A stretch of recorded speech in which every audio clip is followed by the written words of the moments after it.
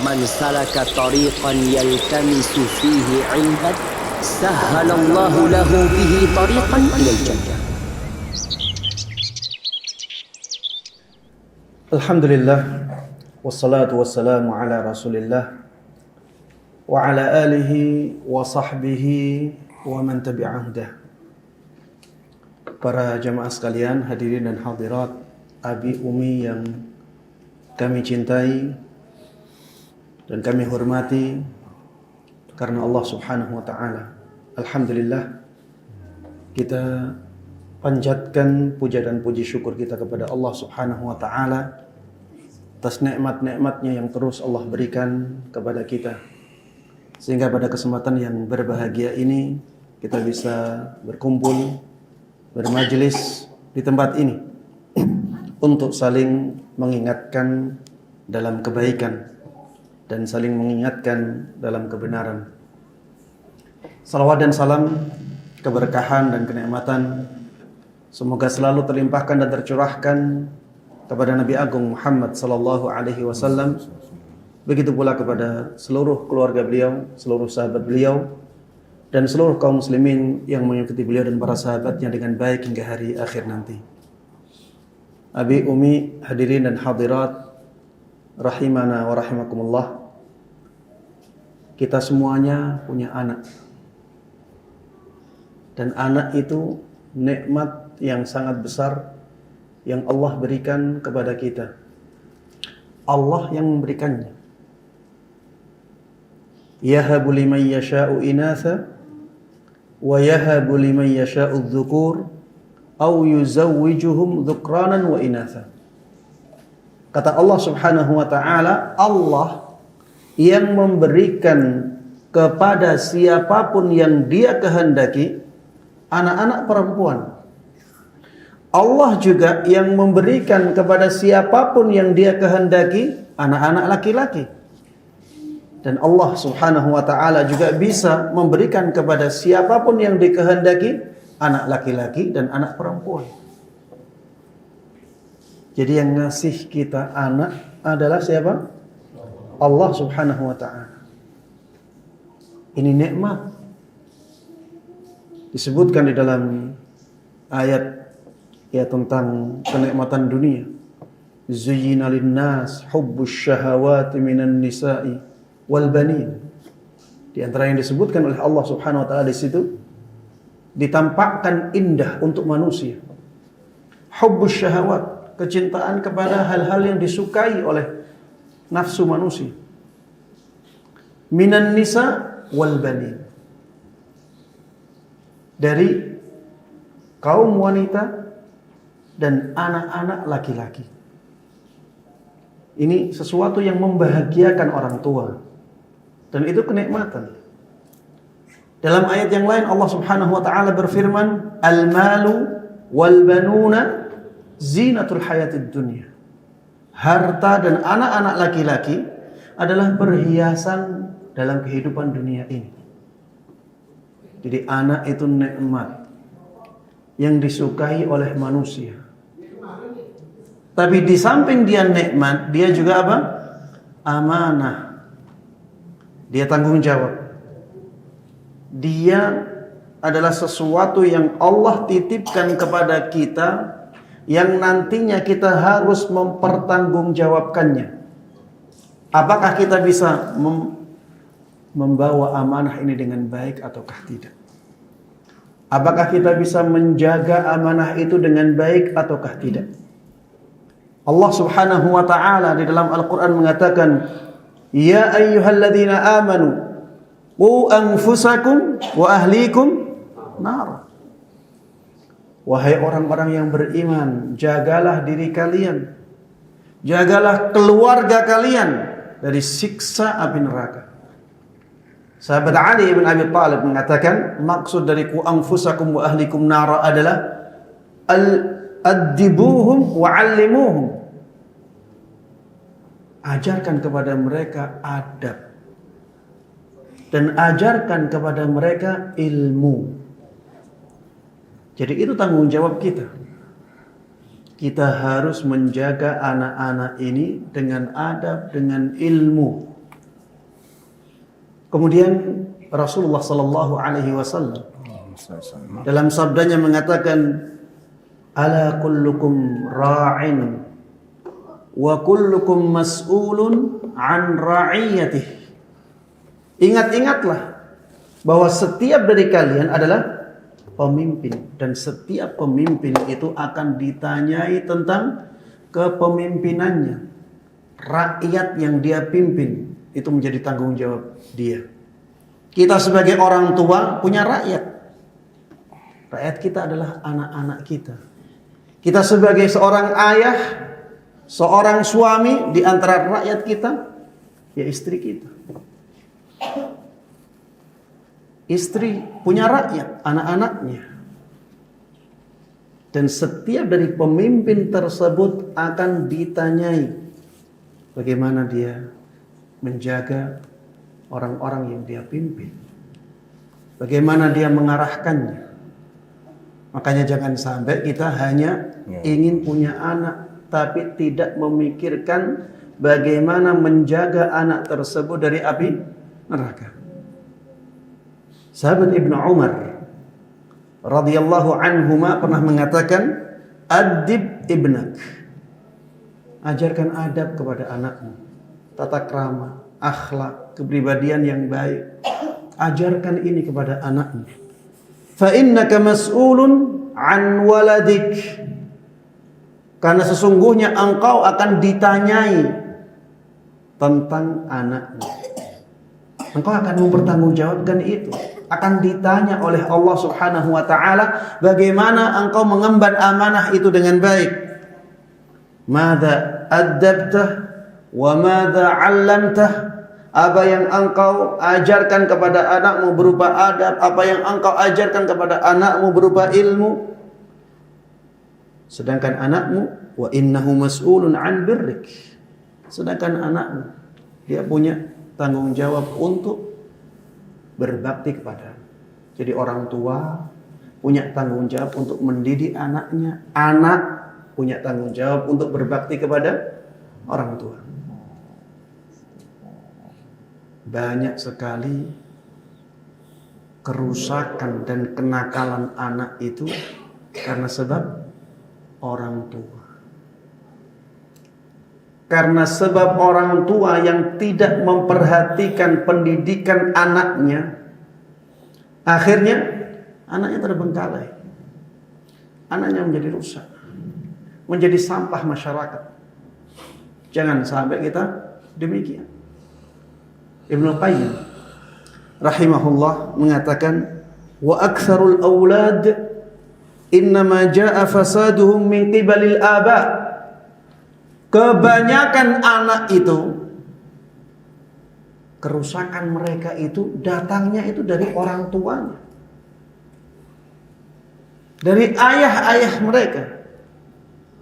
Wa ihmalihim lahum, dan karena ayah-ayah mereka tidak memperhatikan mereka.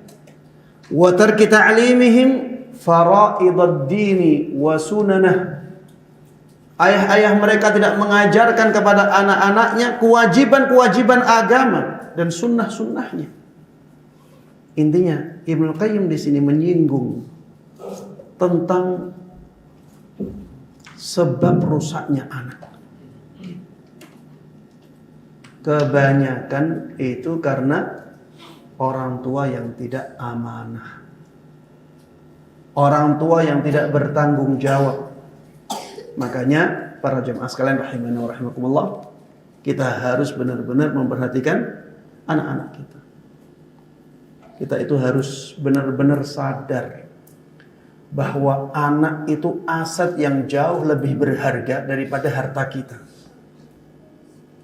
Makanya jangan sampai kita ngejar-ngejar harta, waktu kita habis, tapi kita kesampingkan anak ini.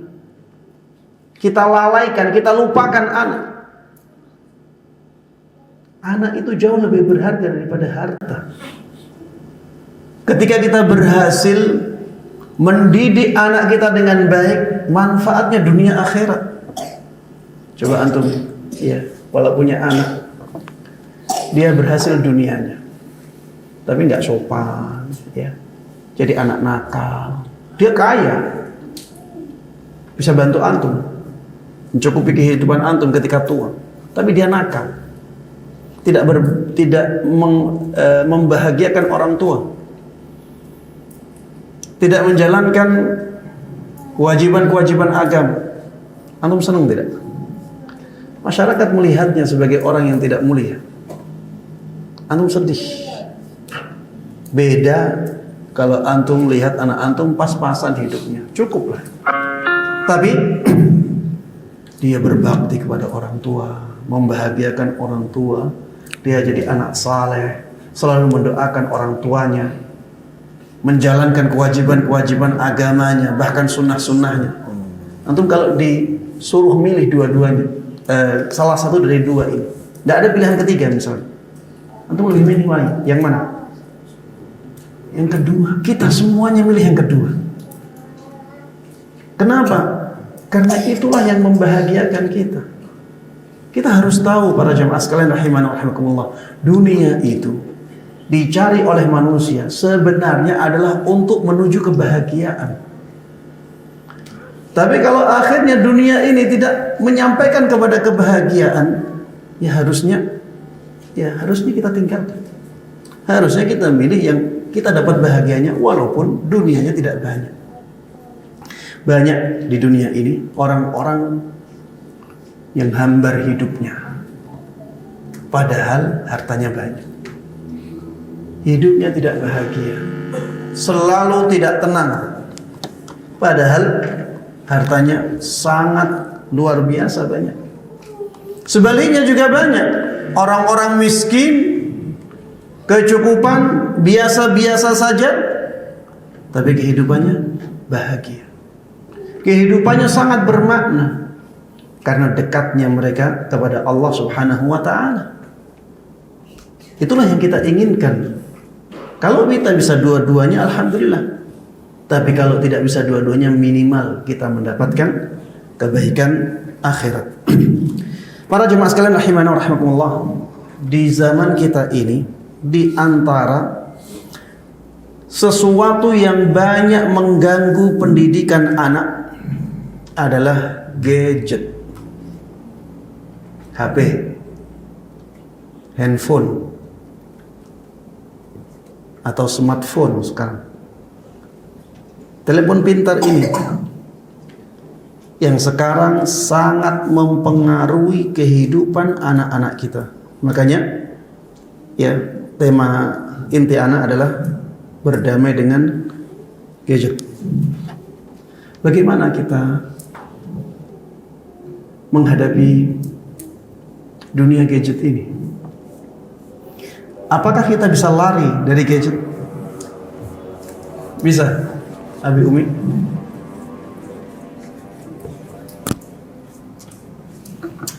Kita tidak bisa menghindar dari gadget. Kita tidak bisa menghindar dari HP. Makanya yang harus kita lakukan adalah berdamai dengannya. Tapi kita jadikan sebagai pendukung pendidikan anak-anak kita. Gadget itu alat. Ya seperti pisau. Kalau kita bisa menggunakannya untuk kebaikan, dia jadi kebaikan. Tapi kalau kita tidak bisa menggunakannya untuk kebaikan, dia jadi keburukan. Makanya kita harus menyikapi gadget ini dengan baik. Bagaimana caranya? Agar gadget ini bisa menjadi pendukung pendidikan anak kita. Yang pertama, para jamaah sekalian rahimana wa rahimakumullah, ini sangat teknis ya. Jangan menghadiahkan gadget kepada anak. Pesan anak kepada antum semuanya, jangan sampai memberikan hadiah gadget kepada anak. Terus bagaimana Ustaz? Kalau dia kepingin bermain dengan gadget, apa kita stop sama sekali? Tidak. Kalau dia ingin main, pinjemi. Kita apakan? Kita pinjami. Jadi anak harus merasa dia itu pinjam, bukan menggunakan barangnya. Kalau kita senang kepada anak-anaknya, Masya Allah, ya, mendapatkan prestasi yang luar biasa, di kelasnya ranking 1, hafalannya banyak, jangan sampai menghadiahkan gadget ini kepada anak. Silahkan kasih hadiah yang lain, tapi menghadiahkan gadget jangan. Jangan sampai anak kita itu merasa punya HP. Ini penting. Kenapa? Karena nanti kalau orang tua itu ngambil HP itu akan mudah ketika anak merasa dia pinjam. Berbeda kalau anak merasa itu punya dia. Nantinya anak melihat bahwa orang tuanya menghalangi hak dia. Orang tuanya zalim kepada dia. Beda kalau dari awal anak tidak punya HP. Jadi orang tua minjami.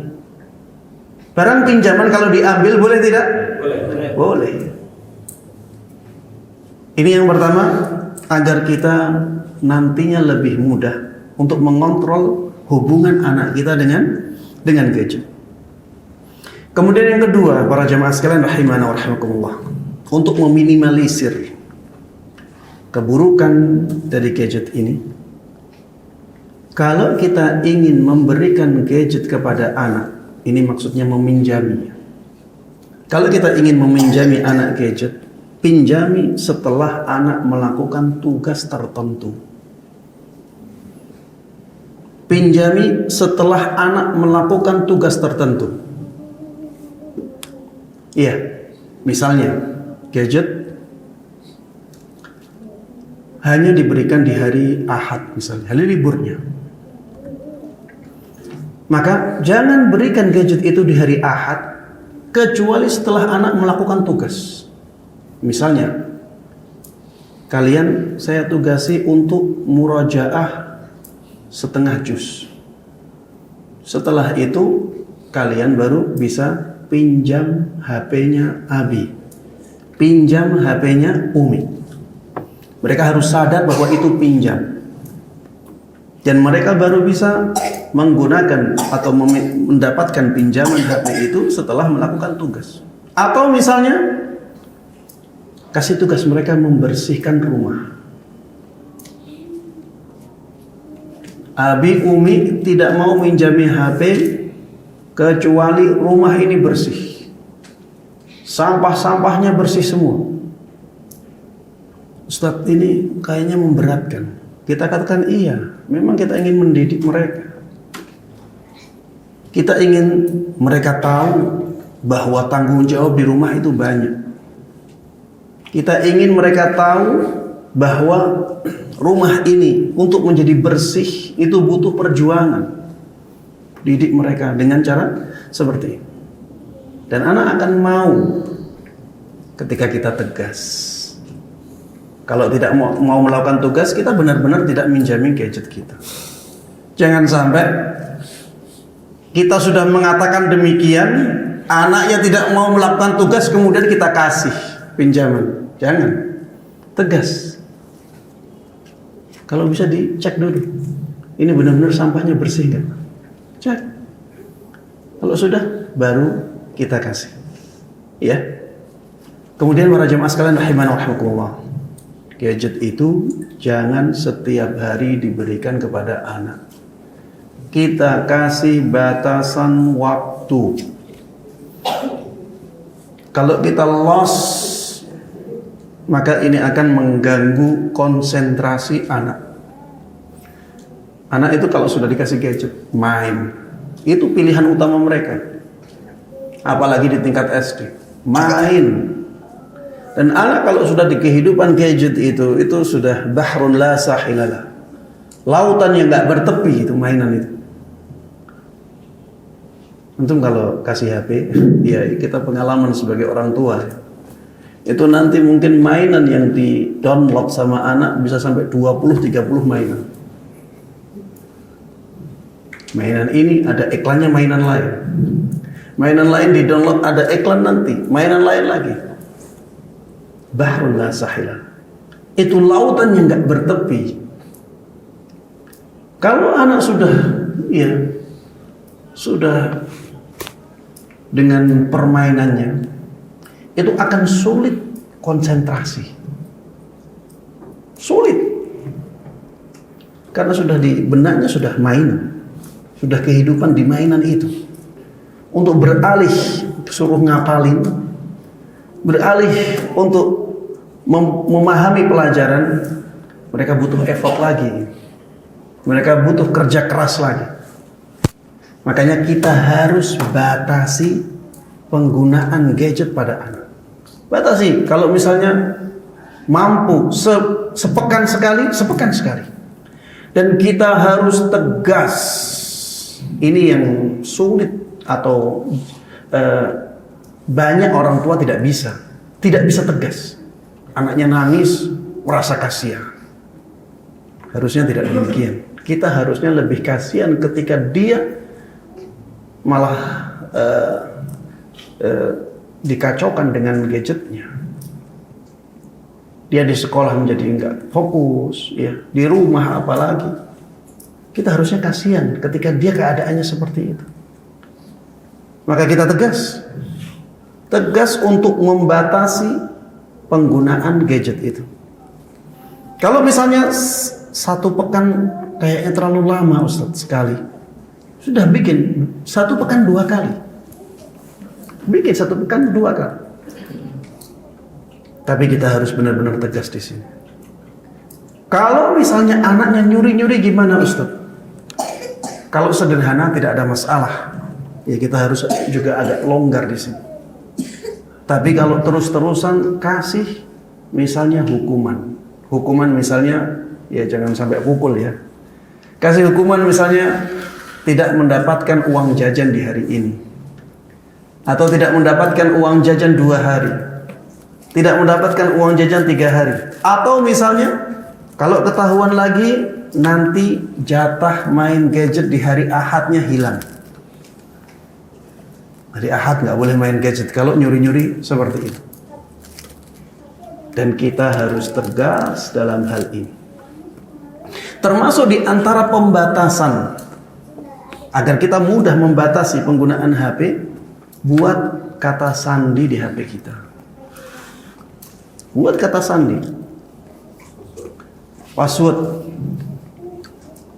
Ustaz, kalau HP kita nanti repot Ustaz. Beli HP lain. HP yang murah. Beli HP yang murah, khususkan untuk anak, kasih password. Tapi jangan mengatakan itu punya anak. Itu punya Abi, itu punya Umi, HP kedua. Ada passwordnya. Sehingga ketika anak ngambil, tetap saja dia tidak bisa buka. Kadang-kadang anak juga cari-cari itu password. Ganti password berkala. Nah ini orang tua ya. Orang tua itu bertanggung jawab terhadap anaknya. Harus punya perhatian dalam hal-hal yang seperti ini. Karena ini berbahaya para jemaah sekalian rahimani wa rahimakumullah. Gadget itu tidak bisa membedakan. Yang megang dia itu orang sudah dewasa, ataukah anak-anak, ataukah masih balita. Nggak bisa bedakan dia. Sehingga yang muncul di beranda yaitu bisa tontonan-tontonan orang dewasa. Dan itu berbahaya bagi anak-anak kita. Makanya para jemaah sekalian rahimani wa rahimakumullah, berhati-hatilah dalam masalah gadget ini. Kemudian ketika kita memberikan gadget ini kepada anak. Jadi anak tadi sudah melakukan tugasnya, akhirnya kita kasih gadget. Beri batasan waktu. Ini mainnya sampai duhur ya. Ini mainnya sampai asar ya. Beri batasan waktu. Agar nanti ketika duhur kita mudah ngambilnya. Dari awal anak sudah sadar akan hal itu. Ya. Kasih batasan waktu. Jangan sampai kita ngelos ya, nggak ada batasan waktu, akhirnya kita susah di akhir. Akhirnya kita susah ngambilnya.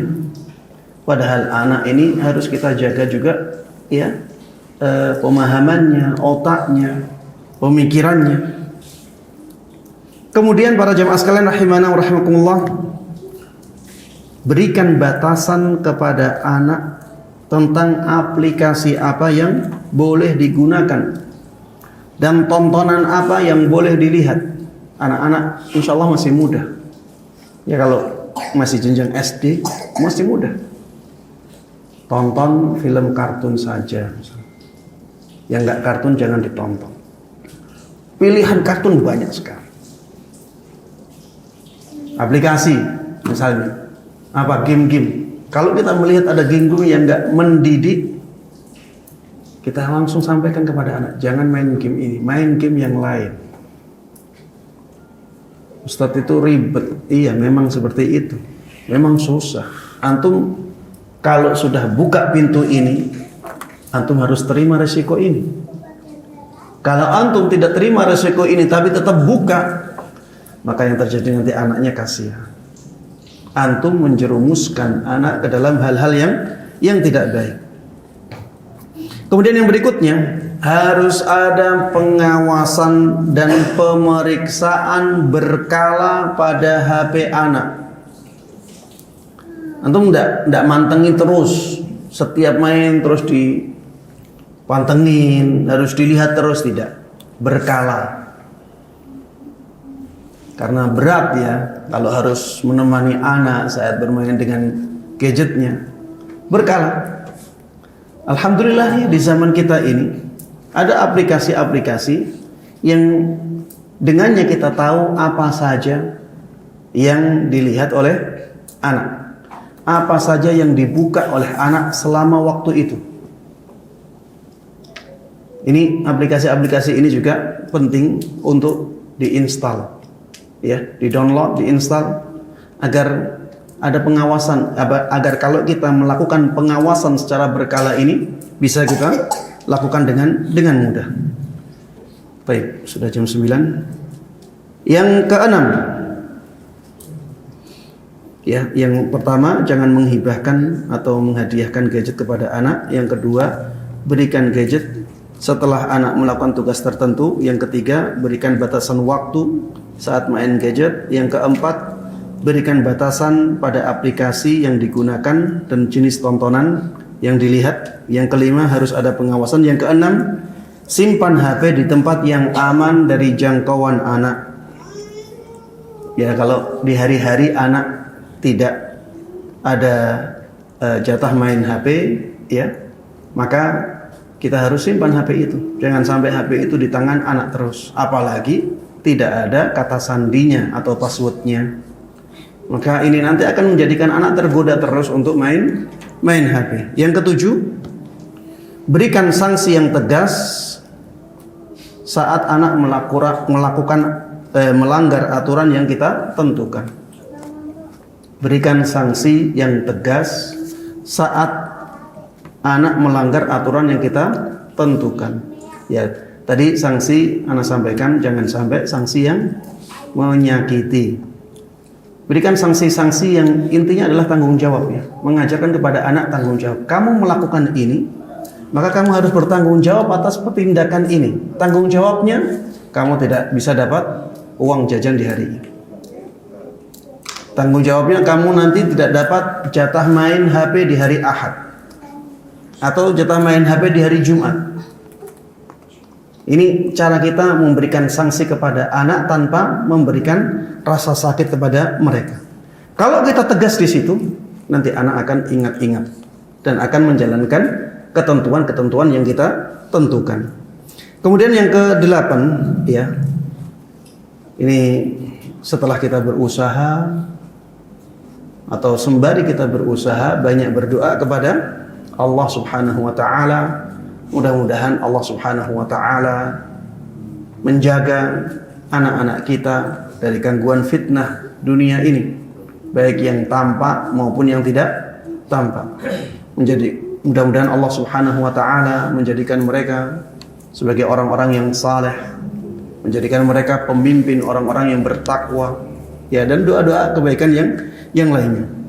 Kemudian yang ke-9 yang terakhir, berikan penjelasan kepada anak bahwa tindakan kita adalah bentuk kasih sayang kepada mereka. Kita harus sampaikan ini kepada anak secara verbal. Jadi anak harus faham bahwa tindakan kita membatasi penggunaan gadget untuk mereka itu karena apa? Kasih sayang. Karena kita cinta kepada mereka.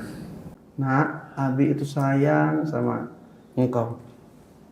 Umi itu cinta sama engkau. Makanya Abi Umi melakukan hal yang seperti ini. Kalau Abi Umi tidak sayang kepada engkau, maka Abi Umi akan biarkan kamu sama HP-mu, kamu rusak, ya. Ini harus kita sampaikan kepada anak-anak agar mereka paham dan mereka tetap mencintai kita sebagai orang tuanya walaupun kita lakukan batasan-batasan seperti ini. Ya, demikian yang bisa Ana sampaikan dalam kesempatan singkat ini, yang mudah-mudahan bisa memberikan manfaat dan bisa memberikan berkah. Amin amin ya rabbal alamin. Wa sallallahu wa sallama wa baraka ala nabiyyina Muhammadin wa ala alihi wa sahbihi wa man tabi'ahum bi ihsan ila yaumiddin walhamdulillahi rabbil alamin. Man salaka tariqan yaltamisu fihi 'ilman sahhalallahu lahu bihi tariqan ilal jannah.